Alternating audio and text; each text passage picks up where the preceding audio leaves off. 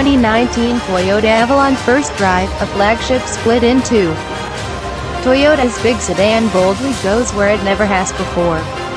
Toyota's past and future collide in the 2019 Avalon, a flagship full-size sedan that must regain the trust of buyers put off by the outgoing model's stiff ride quality, yet Toyota must also attract younger buyers with a car that's sportier than any of its previous four generations. So does the Avalon return to its roots as a mature, vaguely premium, comfortable sedan, or does it lean further toward the Nissan Maxima's sporty side of the spectrum? Yes. Toyota's new Avalon strategy splits the lineup in two, and we aren't referring to the 301 horsepower V6 and 215 horsepower four-cylinder hybrid power plants. If your definition of Avalon is a comfortable American-style cruiser, stick with the XLE and Limited grades. They place a higher priority on comfort than do the XSE and Touring trims. The latter is a V6-only trim, which turn up the sportiness, quotient in looks and driving experience.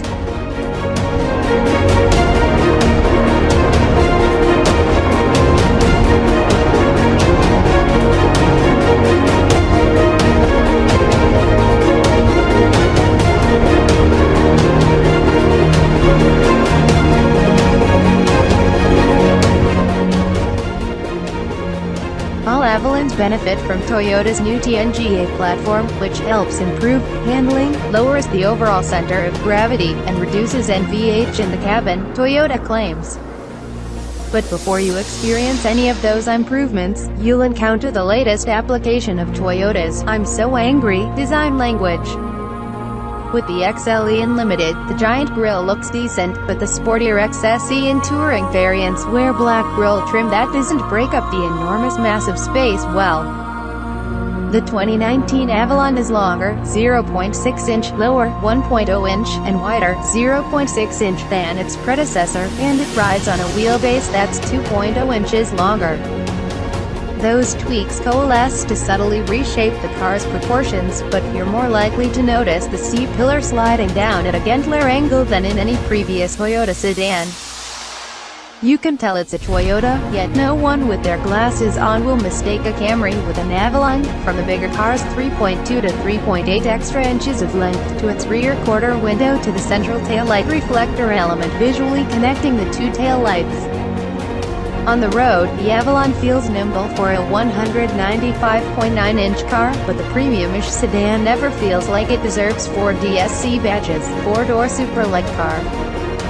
That's okay, because all Avalons have accurate and well-weighted steering that's not overly light.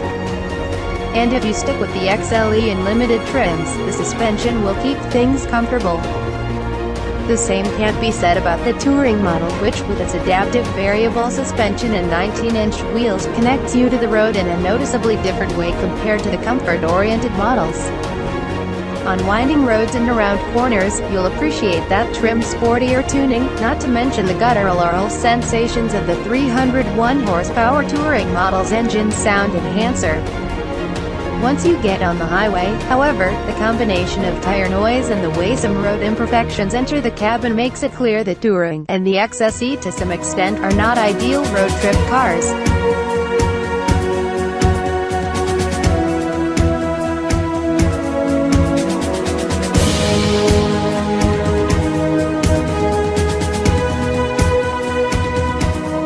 Other 2019 Avalon trims are quieter than their predecessors, whether you choose the V6 or the available hybrid.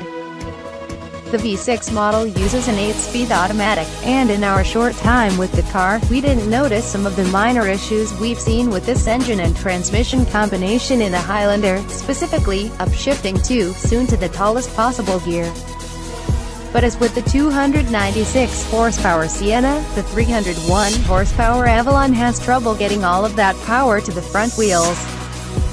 If you're taking off in the Avalon from a dead stop, consider being gentle with the throttle at first to avoid chirping the tires. After that, you'll feel a surge of power as you accelerate to highway speeds.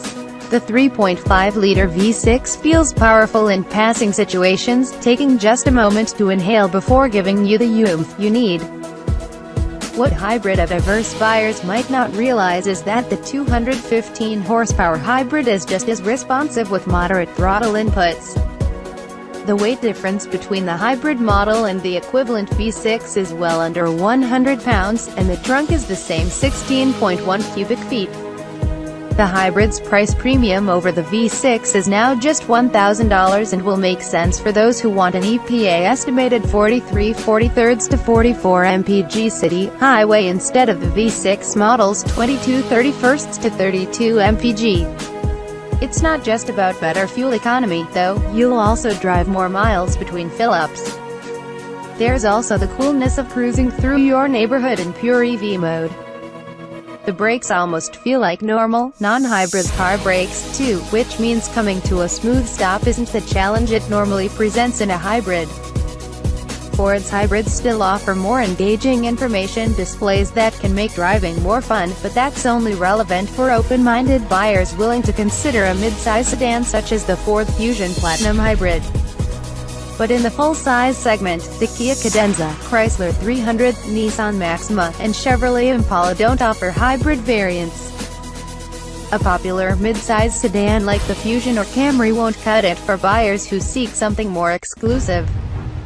Toyota sold more than 10 times as many Camry sedans last year as it did Avalons, which is a startling comparison even when you consider that's a mix of new Camrys against the last-generation Avalon.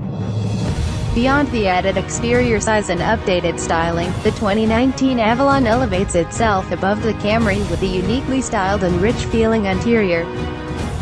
The Avalon Limited's redesigned interior, aided by cool Yamaha-sourced wood trim, burns every cent of its $42,695 price tag. However, all trims feature interiors filled with soft-touch surfaces almost everywhere, even on the $36,395 XLE V6.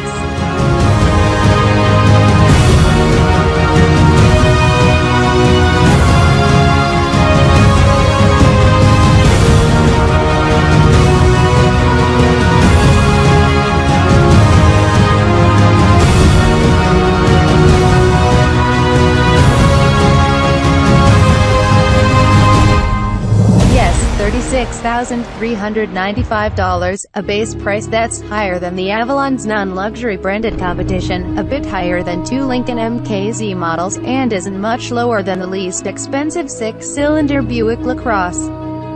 Even so, the Avalon standard features list is long. Every 2019 Avalon gets LED headlights, a 7.0-inch display in the instrument cluster, and a 9.0-inch central touchscreen at the top of the dash that makes the also-standard Apple CarPlay's type look huge. Android Auto isn't available yet. You also won't pay extra for hands-free keyless access with push-button start, fast-charging USB ports front and rear, 2 years or 25,000 miles of complimentary scheduled maintenance services, and a full package of active safety tech. Available options include a surround view camera system with a cool front-wheel view mode, a head-up display with a 10.0-inch viewing projection, sequentially firing turn signals, real wood or aluminum trim, and a 14-speaker, 1,200-watt JBL sound system. But neither a power-closing trunk nor the Camry's panoramic moonroof are available.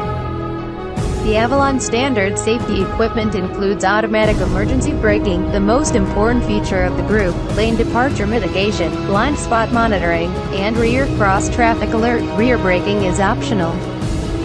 Full-speed adaptive cruise control is also standard, but more sensitive drivers might find the system comes to a stop just a tad too quickly and sometimes pulls away a little aggressively. It might be useful on long road trips, but it's not at its best in stop-and-go traffic. In a stagnating segment, Toyota is attempting to justify the Avalon's reason for being. The car feels premium inside.